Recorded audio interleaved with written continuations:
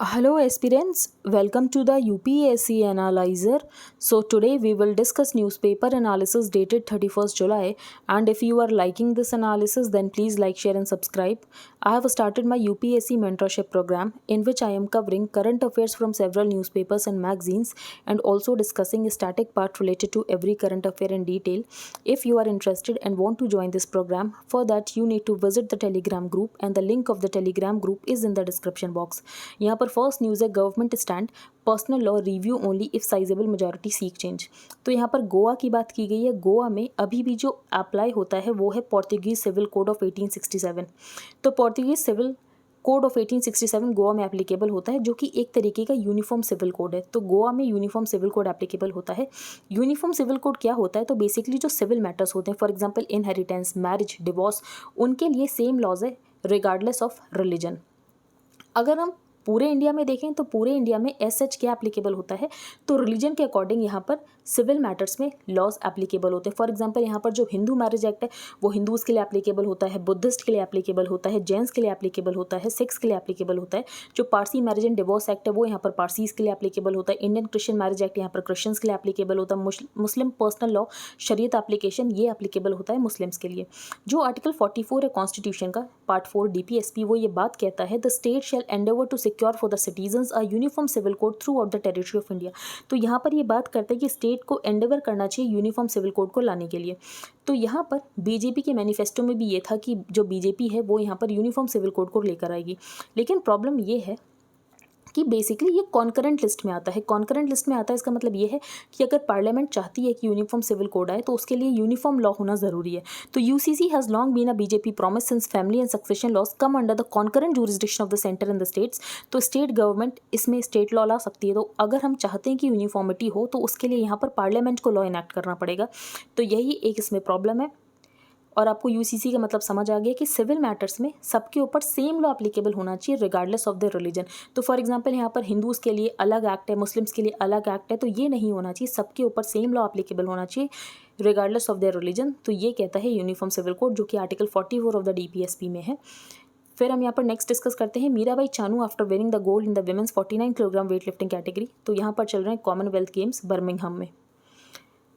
फिर हम आगे चलते हैं। Few creating mistrust raise your voice, Ajit Doval sir says at interfaith meet. तो ये हम डिस्कस करते हैं इन्होंने क्या क्या स्टेटमेंट्स कहे हैं, ये इंपॉर्टेंट हो जाता है हमारे लिए। तो कुछ लोग हैं जो कि धर्म के नाम पर यहाँ पर अराजकता फैलाने की कोशिश करते हैं और एक एथनिसिटी को दूसरे एथनिसिटी के अगेंस्ट पिट करने की कोशिश करते हैं। तो there are few people who in the name of religion और any other belief system are resorting to violence and creating mistrust. He said one reason for the rise in radicalism and violence is that the majority of people do not raise their voice as much as they should. अब basically आपको इसीलिए लगता है कि जैसे आपको ऐसा लगता होगा कि रेडिकलिज्म बढ़ रहा है या वॉयलेंस बढ़ रहा है, वो इसीलिए लगता है क्योंकि वो मिनॉरिटी तो है लेकिन वो दिखती बहुत ज़्यादा है। तो यही आपको प्रॉब्लम है कि आपको हमेशा टीवी पर वो दिख जाएगा कि ये इंसिडेंट हुआ, यहाँ पर हमें दिख रहा है कि एक कम्युनिटी दूसरे कम्युनिटी के अगेंस्ट वॉयलेंस कर रही है, लेकिन आपको अच्छी यहाँ पर न्यूज़ नहीं दिखाई जाती, आपको पॉजिटिव न्यूज़ नहीं दिखाई जाती जहाँ पर यूनिटी एंड डाइवर्सिटी का एग्जाम्पल है, जिसकी वजह से आपको ऐसा लगता है कि रेडिकलिज्म बहुत ज़्यादा बढ़ गया, वॉयलेंस बहुत ज़्यादा बढ़ गया। लेकिन सच्चाई ऐसी नहीं है। इंडिया बहुत पहले से यूनिटी एंड डाइवर्सिटी का एग्जाम्पल है, जो कि इंडिया आज भी है। If we have to challenge this atmosphere of animosity, तो अगर हमें इस हेट को चैलेंज करना है तो बेसिकली हमें क्या करना है, हमें अपने आप को अलर्ट रखना है और अपनी यूनिटी को इंटैक्ट रखना है and make progress as a unified country. तो अगर इंडिया प्रोग्रेस करता है इसका मतलब ये है कि इंडिया में सारी कम्युनिटीज़ एक साथ प्रोग्रेस करती हैं। But there are many forces that are trying to create an atmosphere of negativism which obstructs the process of the nation. तो देयर आर फ्यू पीपल जो कि रिलीजन के नाम पर या बिलीफ सिस्टम के नाम पर वॉयलेंस फैलाने की कोशिश करते हैं, और वॉयलेंस और रेडिकलिज्म फैल रहा है उसका एक रीज़न सोशल मीडिया भी है। तो social media has been a way through which radicals are reaching our youth and children, they are sending videos of violence and hate speeches. तो यहाँ पर गवर्नमेंट को इन प्लेटफॉर्म्स के ऊपर क्रैकडाउन करना चाहिए। तो you can't permit these people who have vested interest and agendas of their own to commit violence and disharmony within the country. अब हम आगे चलते हैं। यहाँ पर कोई इंपॉर्टेंट न्यूज़ नहीं है। यहाँ पर इन्वेसिव स्पीशीज़ की बात की गई है। तो एक तो है यहाँ पर कीकर। कीकर हमने पहले भी डिस्कस किया था, इसका नाम है प्रोसोपिस जूलीफ्लोरा और ये प्रीलिम्स में आ भी चुका है। तो ये एक इन्वेसिव स्पीशी है। तो effort to remove the kikar is a fresh attempt dealing with the ubiquitous invasive species in Delhi. तो ये आपको पता होनी चाहिए। दूसरा है लेंटाना, तो ये है यहाँ पर मेंशन लेंटाना, तो ये भी इन्वेसिव है। तो पहला आपको कीकर जिसका नाम है प्रोसोपिस जूलीफ्लोरा, दूसरा है लेंटाना, और ये दोनों ही यहाँ पर इन्वेसिव स्पीशी हैं। Modi hails initiatives for tech in justice delivery. तो यहाँ पर ई कोर्ट्स मिशन की बात की गई है। तो ई कोर्ट्स मिशन यहाँ पर वर्चुअल कोर्ट्स को स्टैब्लिश करते हैं फॉर एग्जांपल ट्रैफिक वायलेशंस के लिए। तो यहाँ पर वर्चुअल कोर्ट्स के स्टैब्लिशमेंट के लिए जो ई कोर्ट्स मिशन है, प्राइम मिनिस्टर ने इसकी तारीफ की है और सबको यहाँ पर जस्टिस मिलनी चाहिए, सबको यहाँ पर जस्टिस की एक्सेसिबिलिटी होनी चाहिए, उसकी यहाँ पर बात कही गई है। तो यहाँ पर जो चीफ जस्टिस ऑफ इंडिया है उन्होंने ये कहा है कि कॉन्स्टिट्यूशन प्रॉमिस करता है social, economic and political justice to every citizen. The reality is that today only a small percentage of our population can approach the justice delivery system. क्योंकि अभी भी बहुत सारे लोगों के पास जस्टिस की एक्सेसिबिलिटी नहीं है, तो वो हमें इंक्रीज करने की ज़रूरत है।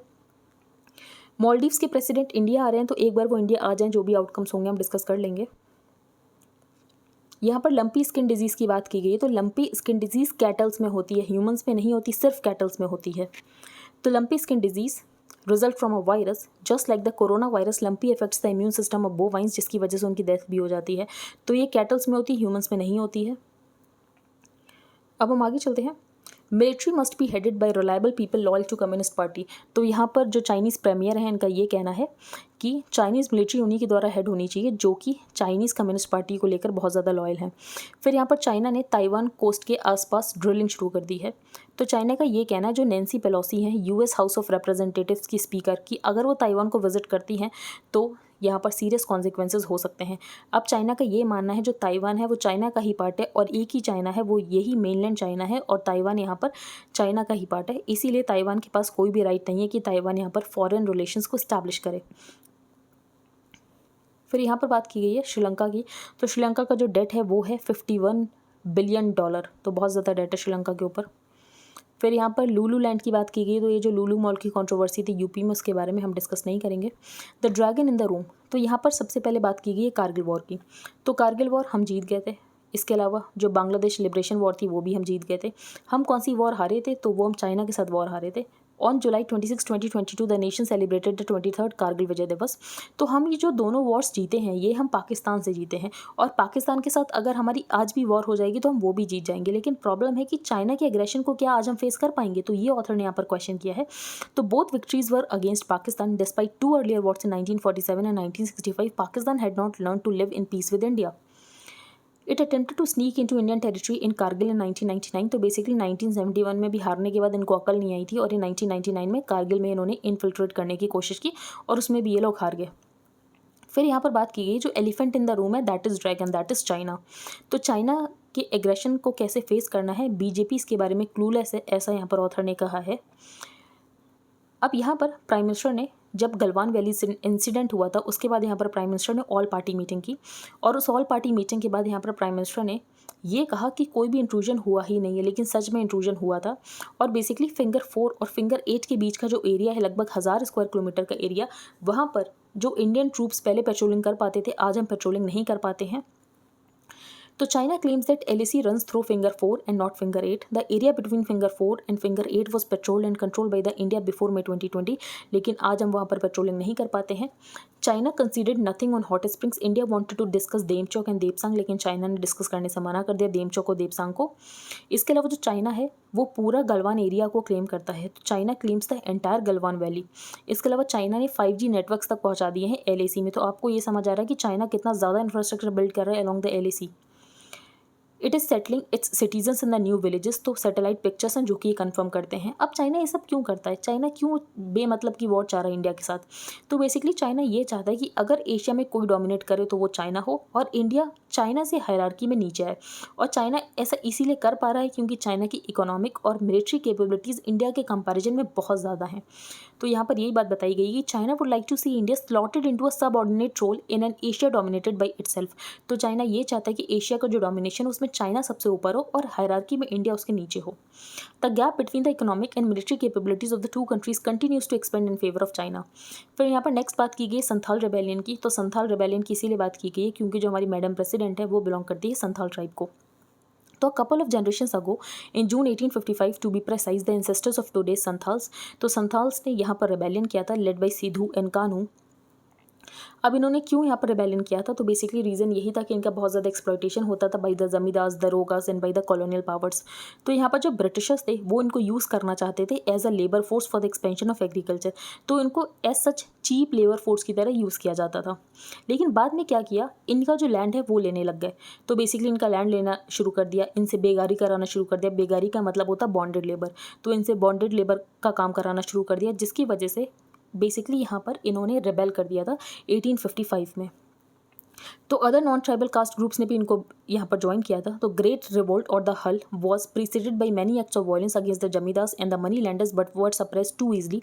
फिर 1855 में 10,000 की यहाँ पर जो संथाल फोर्स है under the leadership of Sidhu and Kanu, फिर हमें रिसेंटमेंट देखने को मिलता है against the exploitative system of Britishers.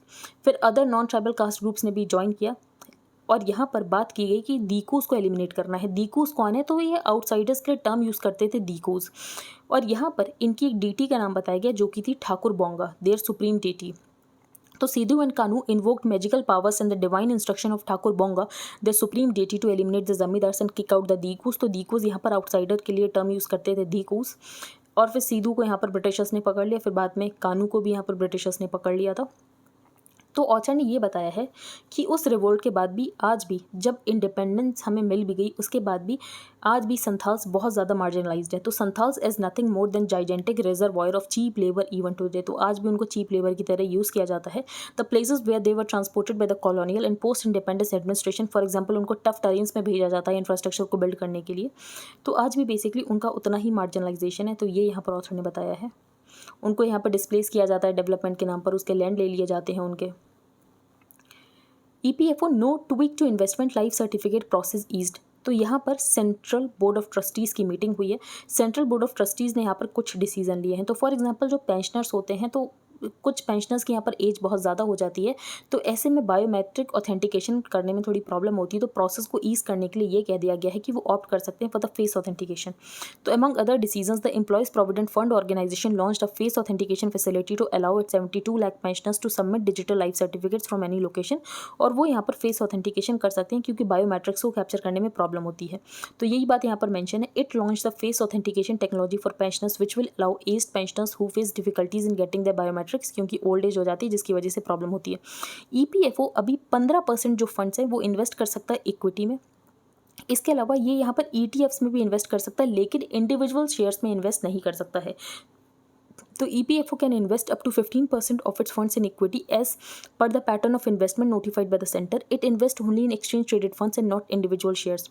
तो कस्टोडियन बनाया गया है सिटी बैंक को फॉर द 3 ईयर्स।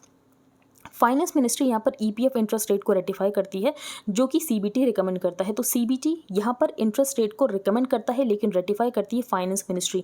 तो finance ministry which ratifies the EPF interest rate recommended by the CBT। तो ये आपको पता होना चाहिए। फिर यहाँ पर जो 4 लेबर कोड्स हैं उनकी बात की गई है। तो लेबर कोड्स इंप्लीमेंट नहीं हो पा रहे हैं क्योंकि लेबर एक कॉन्करेंट सब्जेक्ट है। तो सेंटर ने तो पास कर दिए, लेकिन बहुत सारे स्टेट्स हैं जिन्होंने अभी भी रूल्स नहीं बनाए हैं। While with labor being a concurrent subject, both the center and the states have to frame laws and rules. While Parliament cleared the 4 labor codes in 2020, centre ने यहाँ पर ड्राफ्ट रूल्स को प्री पब्लिश कर दिया, लेकिन बहुत सारे states में अभी भी ये प्रोसेस कंप्लीट नहीं हुआ है।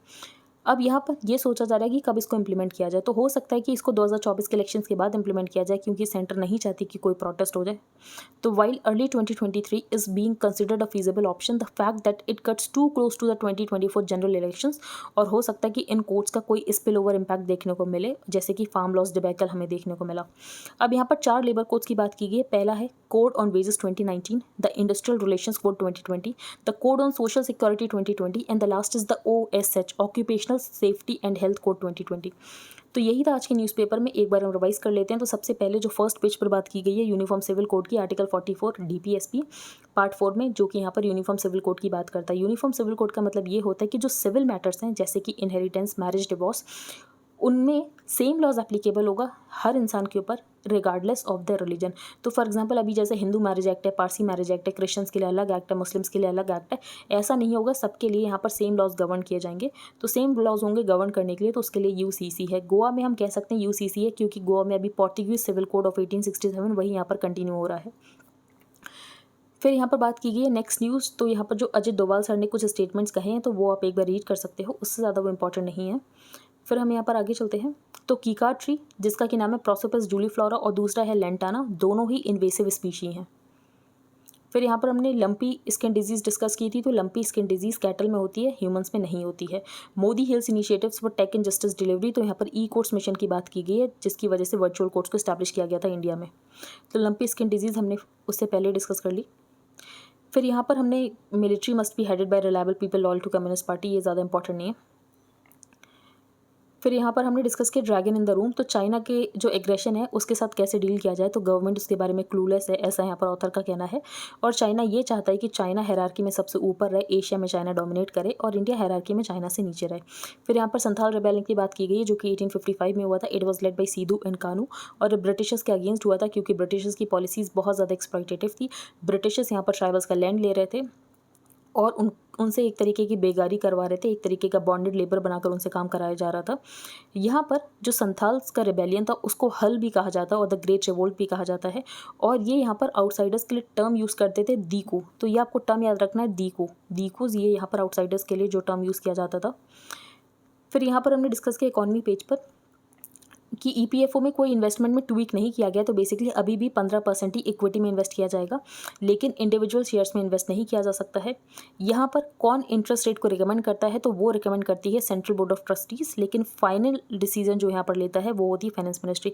तो फाइनेंस मिनिस्ट्री रेटिफाई करती है लेकिन रिकमेंड किया जाता है बाय द CBT।